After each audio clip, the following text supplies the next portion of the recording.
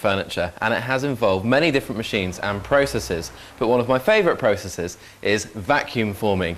This here is a bag press, and this here is Darren King. Hi. Hi, how you doing? Right, Darren makes these things, and he knows all about them. I've used them before, but since I last used them, technology has moved on massively. So Darren, in a nutshell, take us through the process of vacuum forming.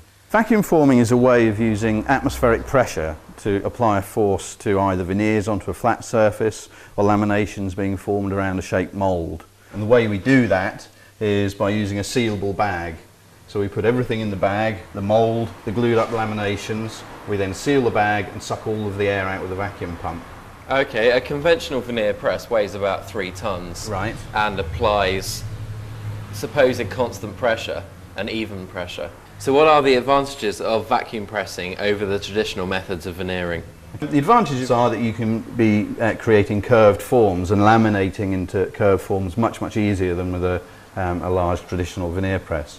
Also the space saving. I mean, we've got the pump there, which is about 1 cubic foot, and the bag rolls up into a 3-inch diameter tube. But this is an example of a mould I made for a speaker cabinet project. Again, it's just made out of styrofoam, so it's very light.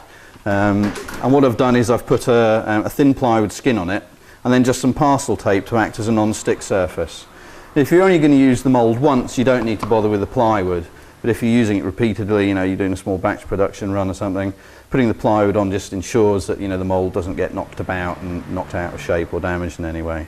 And here we have the finished speaker cabinet. No speakers yet, but all of the cabinet.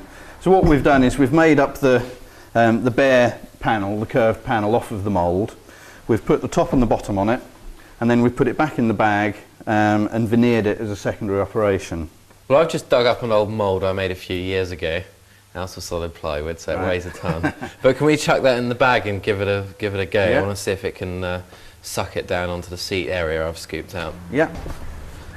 3 layers of bendy ply here, and they've just got to be sort of bent over like that.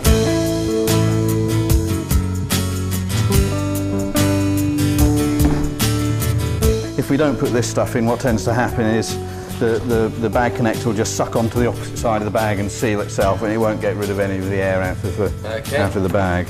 What we've got here is a large roller spreader. It's just a fantastic way of spreading a lot of glue evenly and quickly.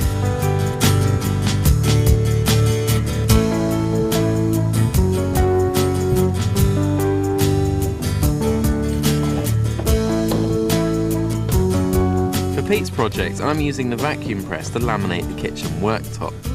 But as I only get one chance to get it right, I've asked Darren to give me a demonstration of what the system can do. Look at that, it's taking that curve in there. That is beautiful.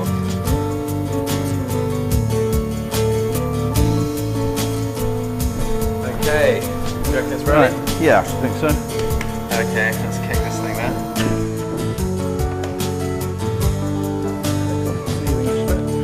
Let's put a more shape there. Wow. Ah, there you go. That is great, look at that. Perfect. Bart has been using his engineering skills to make a frame for the Jaguar seats we've reclaimed from the scrapyard.